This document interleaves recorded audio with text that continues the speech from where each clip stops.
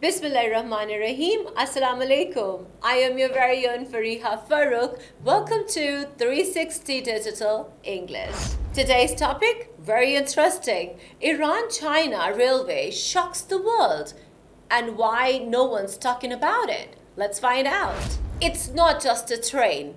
It's a revolution. Iran and China have quietly launched a new direct railway line, 5,300 kilometers across Asia, and is already redrawing maps, trade routes, and power equations. While the world obsesses over naval games, this railway is quietly bypassing choke points, sanctions, and even entire countries. Why no one is talking about it? Because it's shaking the very foundation of global strategy. Part 1. The Iran-China Railway unveiled. Well, here's the route. Tehran, Turkmenistan, Kazakhstan, China, Xi'an. It's part of the Overland Belt and Road, now fully operational. Travel time, just 14 days, cutting shipping time in half. And this is not the theory. It's moving cargo right now. Electronics, machinery, textiles, oil-based goods. It bypasses the US petrol Strait of Hormuz, the Indian Ocean, the Suez Canal. This route is landlocked, sanction-proof, and dollar-optional. It's China and Iran saying to the world, we don't need your sea lanes, we don't need your rules. Part 2, who's affected and how? Number 1, the United States. Iran now awaits maritime surveillance and naval pressure. US sanctions becomes less effective. Washington loses leverage on Strait of Hormuz choke points. Iran-China trade now continues over land, no need for all tankers or shipping lanes. Number 2, India. India is completely bypassed in this new corridor. The Chabahar Port Project sidelined. India's dream of a north-south transport corridor NSTC through Iran slowed. China and Pakistan are now defining regional logistics and India's out. Talk about Russia. Moscow is watching closely. On one hand, the railway gives Russia options to connect to Iran through Kazakhstan. But it also challenges Russia's Eurasian monopoly on overland routes. Iran and China are creating an independent corridor that could undermine Russian freight revenue.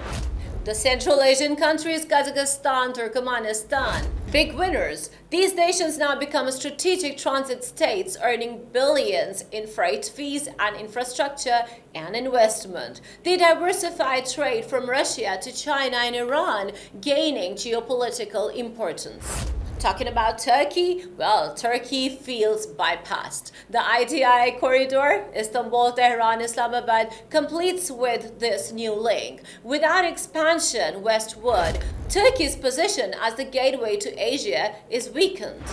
Discussing Gulf states, Saudi Arabia, UAE, losing transit value. UAE ports like Jebel Ali are threatened. Cargo no longer needs Gulf ports. Iran becomes a rival land bridge to Asia. That's why Gulf states are silently watching, but visibly nervous. Part 3, Pakistan's strategic angle. Now let's talk Pakistan, often the missing name in this debate. Pakistan is not officially on the new line, but its position is now more important than ever. Why? The ITI corridor, Istanbul, Tehran, Islamabad, still exists and can connect to this Iran-China line at Zahedan. The Kuntrab railway plant under CPEC aims to connect Pakistan directly to Xinjiang. With proper upgrades, Pakistan can become a strategic connector between China, Iran, and the Gulf. But Pakistan's economic crisis, security instability, and political uncertainty are holding it back. Despite its geography, it's becoming a silent spectator in a race it should be leading. Part 4. Why the world is silent. So why is no one talking about this? Because it's not a loud move, it's a strategic one. No grand announcements, no naval parades, just steel rails, Chinese trains, and the freight running every week. Western media isn't covering it because it undercuts the West's dominance in global logistics. It makes sanctions look outdated. It signals that Asia is trading with Asia and cutting out everyone else. This is the Eurasian century taking shape on tracks, not ships. Part 5, Big Picture and Future Moves. Well, what's coming next? China will expand west, building links into Europe via Iran and Turkey. Iran will earn billions in overland tolls, sidestepping sanctions. Central Asia becomes the new logistics hub of the world.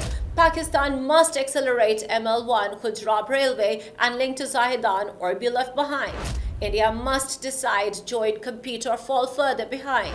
The West will try to respond, but overland integration is no longer stoppable. The Iran-China railway is not the future, it is the present, and it's already leaving the station.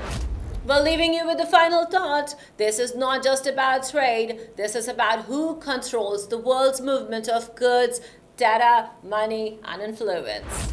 And right now, that control is shifting from the oceans to the land, from west to the east. If this analysis opened your eyes, hit the like, subscribe, and comment. Which country wins the most and which one loses everything? Stay bold, stay curious. This is 360 Digital English, and this is the news they don't want you to hear. Take care of yourself. Goodbye.